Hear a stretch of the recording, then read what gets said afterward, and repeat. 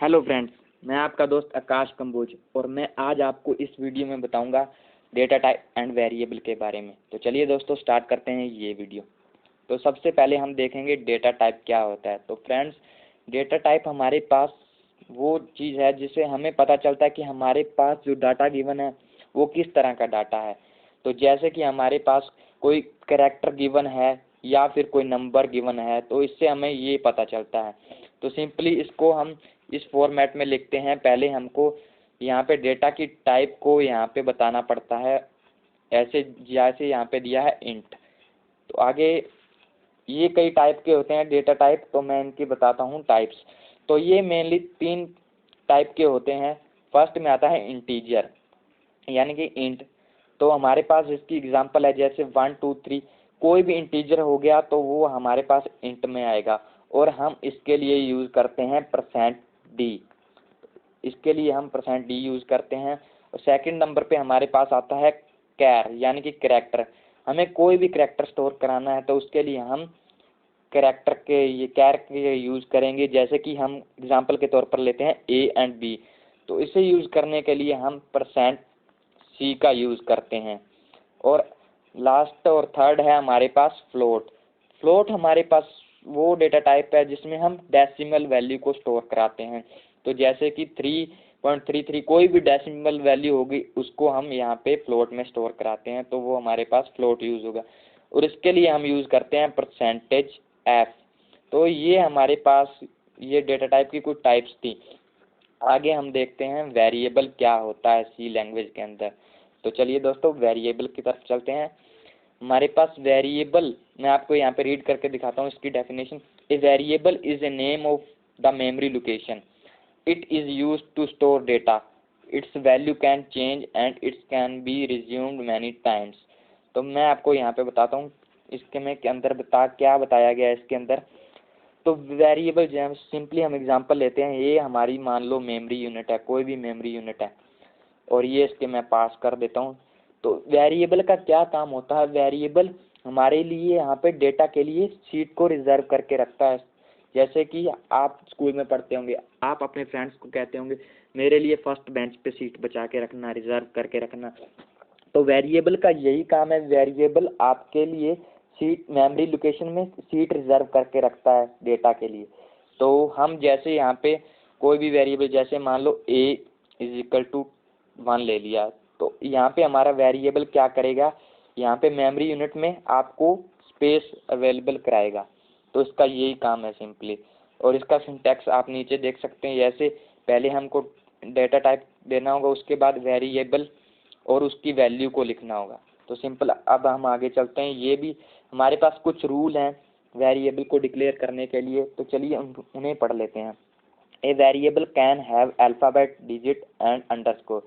तो हमारे पास वेरिएबल है वो कोई भी अल्फ़ाबेट हो सकता है, जैसे कि ए हो गया, बी हो गया, कुछ भी हो गया, डिजिट 1 2 3 कुछ भी, और अंडरस्कोर हमारे पास हो सकता है।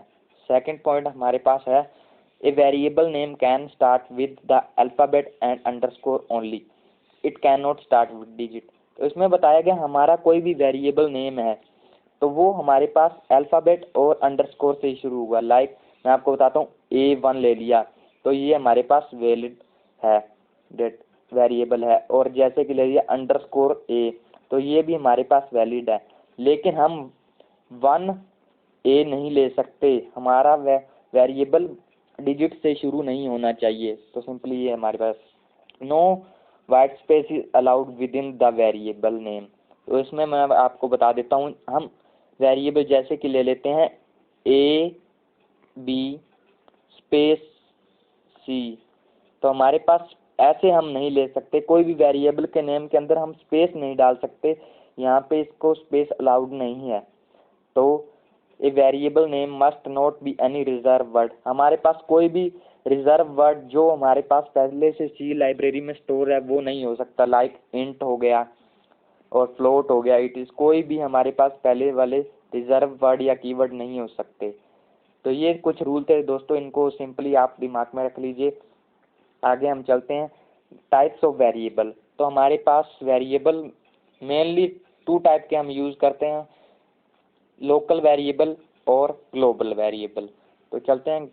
लोकल वेरिएबल हमारे पास the variable which are declared inside the function और कंपाउंड स्टेटमेंट और block are called local variable. तो हमारे पास ये एग्जांपल दी है, मैंने आपको ये एग्जांपल देख लीजिए आप। तो जो मेन फंक्शन के अंदर जो वेरिएबल यूज होगा, जैसे कि इंट ए और बी मैंने यहाँ पे लिखा है, ये मेन फंक्शन के अंदर यूज हुआ है। ये देख लीजिए, ये मेन फंक्शन है, इसके अंदर यूज हुआ है और ये इसके अंदर अंदर ही वैलिड होगा। इसके बाद हम जो भी मेन फंक्शन और बनाएंगे उसमें ये वैलिड नहीं होगा, तो वो आपको एरर दे देगा। ये आप इसको मेन फंक्शन के बाहर आपको ये यूज नहीं होगा। तो सिंपल हमारे पास ये था लोकल वेरिएबल। और ग्लोबल वेरिएबल क्या होता है? तो ग्लोबल वेरिएबल हमारे पास the variable declare outside the main function are called global variable. तो ये देखिए फ्रेंड्स, ये हमारे पास मेन फंक्शन है, हेडर फाइल दी हुई है, उसके बाद हमने यहाँ पे वेरिएबल को डिक्लेयर कर दिया, ये हमारे पास ग्लोबल वेरिएबल है और इसकी इनिशियल वैल्यू होती है 0। कोई भी ग्लोबल वेरिएबल उसकी इनिशियल वैल्यू आपके पास 0 ही होगी। तो they are not limited any function, इसको आप पूरे फंक्शन में कहीं भी यूज कर सकते हैं। और एनी फंक्शन कैन असेस और मॉडिफाई ग्लोबल वेरिएबल, तो हम इसको बाद में मॉडिफाई भी कर सकते हैं। और global variable are automatically initialize to 0, तो ये तो मैंने आपको बता दिया, इसकी इनिशियल वैल्यू 0 होती है और ये मेन फंक्शन से पहले लिखा जाता है। तो ये हमारे पास ग्लोबल वेरिएबल था। तो आज की वीडियो हमारी यहीं पे ख़त्म होती है। होप करता हूँ आपको बहुत अच्छे से समझ आ गया होगा यहाँ पे डेटा टाइप एंड वेरिएबल के बारे में। तो आगे मिलेंगे नेक्स्ट वीडियो के साथ, तब तक के लिए थैंक्स।